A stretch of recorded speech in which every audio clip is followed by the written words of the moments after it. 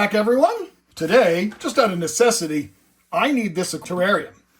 And this one houses the American Giant Millipedes, the Narceus americanus, which you guys have seen before. And they've been doing well in this thing. They're fine. They're in this enclosure and it's fine. But I need this enclosure to rehouse a certain tarantula species that is outgrowing one of the cubes. So I thought this is perfect time to go and rehouse these guys right from scratch.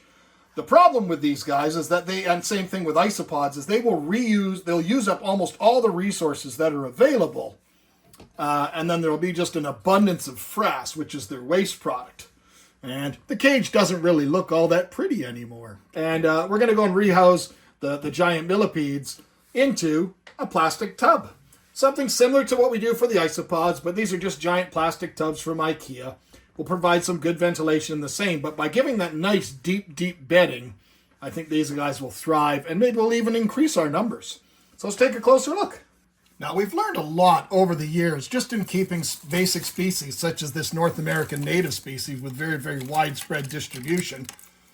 We've learned that a lot of people used to house these and basically treat them like isopods at the beginning and just kind of feed them fallen leaves and stuff.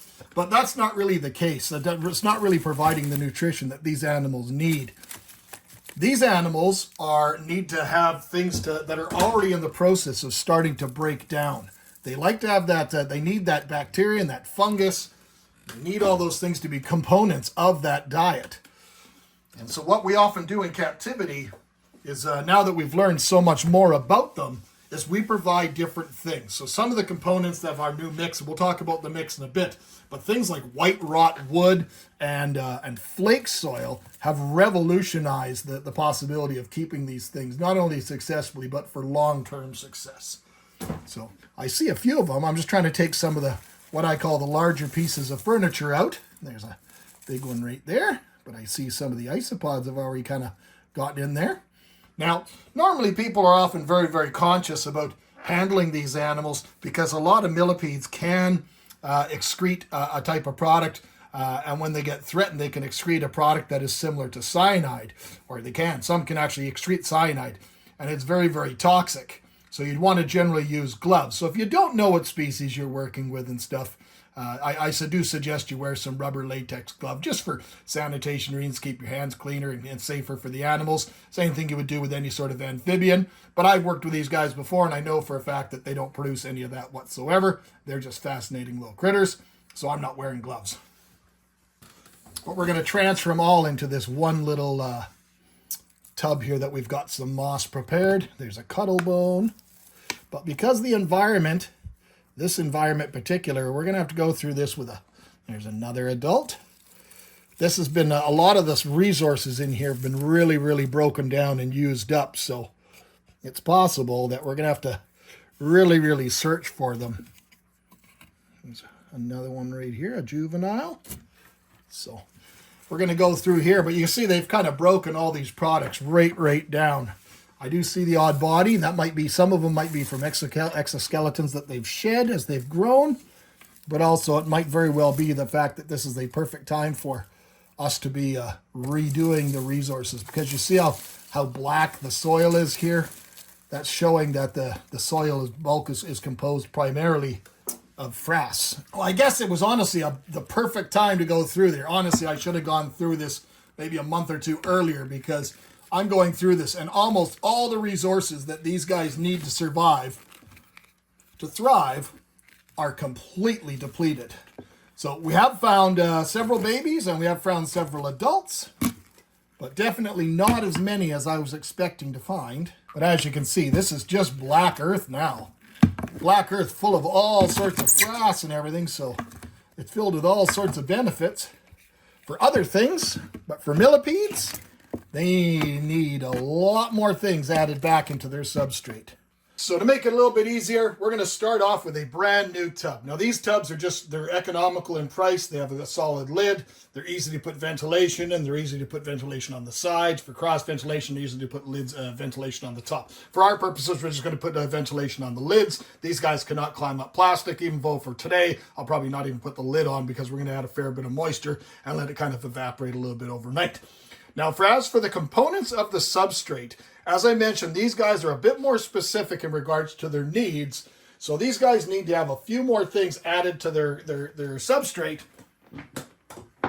So the first thing that I'm going to do, though, something that's a little bit unconventional, and I've been doing this with most of my isopods, and I use some of these type of products. This is a product called Rehousing, but it's a calcium source. But I use it, basically, I've been putting it into my isopods, not only as a calcium source, but also as a stabilizer for the substrate. Most of North America, where these species are going to come from, they're coming from forests and stuff like that, but the forests are also going to have bedrock, and for us, most of the bedrock is going to be limestone. So now the next major component for me is going to be a good quality organic type soil substrate. Now, you guys can see this. Granted, it looks black, but this is not just an ordinary soil. This is a product called sea soil. I've talked about it many, many times. It's loaded with all sorts of minerals and stuff like that from organic sea life. And it makes an incredible, incredible, power-packed, nutritionally dense substrate. So that's going to go in there first. I don't know if I need quite that much, but we're going to have a fairly deep substrate for these guys. We're going to reset them up a little bit. I'm going to mix a bit of that calcium into it, but still leaving the bulk of it at the base. Now the next component, it's not going to be the leaves, so you guys can hear the leaves in the background. But the next major component, as I move some things around, and this is without question one of the most critical ones to my success, is finding natural white wrought wood. Now what white wrought wood is basically if you go into your forest and you find a tree that's fallen down on its own accord or been chopped down, it's been laying in the forest, and it's in that stage of decomposition where you can reach into the tree and just pull aside this moist medium. It is full of that bacteria and that fungus that is helping break that product down. This is essentially the natural form of what you'd be getting if you were to make those flake soils. You need those bacteria and those funguses, and those flake soils are basically fermented forms of delivering those products. Now again, we're going to mix this all together. So there's another one of those pieces. You see how it just crumbles up like to nothing? Doesn't have to be super fancy. You know, these are animals that are designed to help break these products down. But the nice organic substrate, the organic soil there gives us a nice starting point. It offers all those minerals and things. We've got the calcium source. The calcium source is great for these animals to help them shed their exoskeleton and so forth. This stuff just crumbles as there's moisture in it. Awesome. Now the other major components are things like leaves. So this is just one little scoop of leaves. Now I know it's kind of noisy, but if you crush them up a little bit, they're going to break down faster, obviously. But this is also something in turn that if you were to walk in the forest, layers upon layers upon layers, every season, there'd be leaf fall. And it would slowly but surely kind of get broken down and added into the substrate. So by us going and doing this a little bit, we can always go ahead and top dress a little bit of the leaves. But that looks good. For me, that looks pretty good. I'm basing everything is going to be entirely based on appearances. Now the next thing that I'm going to be adding in, now normally, this is natural moss. This is natural moss sourced from the forest. Now, normally, I would want to harvest this, soak it in water overnight, as I've said many, many times. Don't bake it. Don't sterilize it. You know, keep it nice and alive. It's all that living stuff that's within there. That's the important beneficial things to these environments. However, I live in northern Canada, in Canada, and we're minus, 30 Celsius right now. So I can't harvest this right now for 5 months of the year. So I have to harvest when I can and store it over winter. So is it alive anymore? Definitely not. However, I will use this as a moisture sink. It is something that these guys would have in the wild. You know, they would see sources. They would climb all over this sort of product. And this gives them, areas and accesses to different types of microclimates and so forth. There's more of that white rot. Just awesome, awesome product.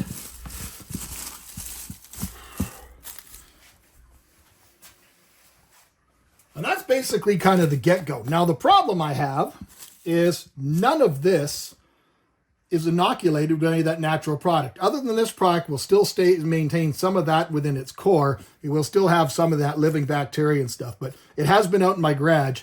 And honestly, this stuff's been in my garage, my attached garage, and it's cold in there. It's really cold in there. It's not freezing as outside, but this stuff is still warm and moisture comes out of it when you squeeze it. So that gives you an idea that it's still very, very much alive.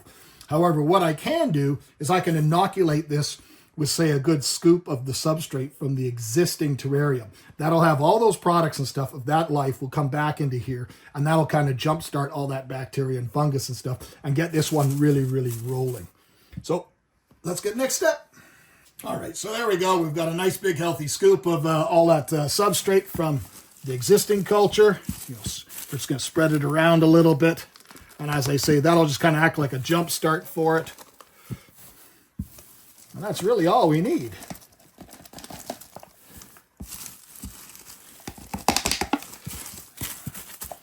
Now the next step is that we're going to go and give this a real good solid moistening. Moist. For water, I only use reverse osmosis water. Now, I use that for a couple of purposes. Reverse osmosis water is chemically inert. It comes out at pH that's neutral at 7 and has 0 to next to no hardness whatsoever. That's all taken out. All the calcium and mineral and everything is all taken out. And then I'm going to use some of the pieces of bark that came with it from before. Just got to put that somewhere right here in the middle. Maybe add some of that leaf litter back on top of it. Maybe we'll add in some of the branches and textures that we had before, just more for personal interest, really, than anything else. Just so it looks like something. It's like a jungle gym for them, basically. There we go. And that, honestly, is a solid, well-appointed unit for millipedes. So there's our collection that we had from before. Now, this is a natural bone. Don't know what it's from. Looks like a leg bone of some small animal. I don't know. But that's a natural calcium source that these animals would probably find in the wild. So I like throwing things like that in. But you can definitely also use things like cuttle bones as well. They're just not as visually appealing, I guess. So we'll throw the cuttle bone in there too. And then we start finding the millipedes. I will throw all this moss in, but we want to kind of see them frolicking around, don't we? Here's a bunch of them here.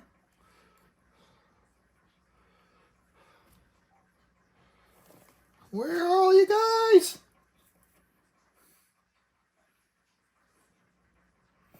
I know there's more of you.